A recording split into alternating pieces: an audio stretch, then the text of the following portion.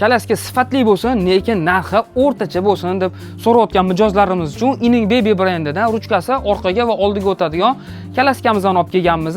Bu kalaskamizning narxi 950 ming so'm bo'ladi, lekin sifati juda ham zo'r. Hozir men sizlarga bitta funksiyalarini va kачествосini ko'rsatib beraman. Ko'rishingiz mumkin, bu kalaskamizning eng muhim jihati baloni rezina kauchuk balon bo'ladi. Ko'rishingiz mumkin, juda ham zo'r, baqbat bo'ladi, shiroki balonda bo'ladi. Ruchkalari oldiga, orqaga o'tishi juda ham oson. Bitta harakatda o'zi bilan bemalol ruchkasini orqaga va oldiga o'tkazib foydalanishingiz mumkin. Kalaskamizning komplektdan nimalari chiqadi deyotgan bo'lsangiz, o'zini zimli chexollari chiqadi. Farzandinglarni qish kunida ham sayrga olib chiqib qolishingiz mumkin. Oldilarini yopib qo'yib bemalol sayr davom ettirsanglar bo'ladi. O'tiradigan, yotadigan holatda bemalol ishlatsanglar bo'ladi. Bu kalaskamizning orqa tomonlari mexanizmli bo'ladi, ya'ni temir mexanizmda bo'ladi. Farzandinglar og'ir ves bilan suyangan paytda ham bemalol kalaskamizni spinkasi ko'tara oladi. 3 ta polojeniyada o'tiradigan va yotadigan holatda bemalol foydalanaverasizlar. Farzandinglarning oyog'i turadigan joylari ham mexanizmli qilingan.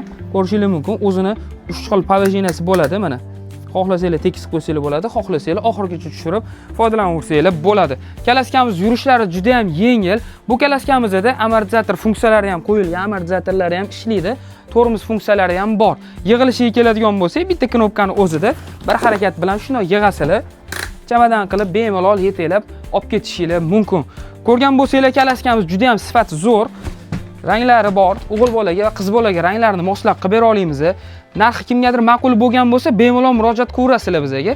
O'zbekiston bo'ylab dastavka xizmatlarimiz ham mavjud. Ishonchli va tez yetkazib beramiz, murojaat qilaverasizlar.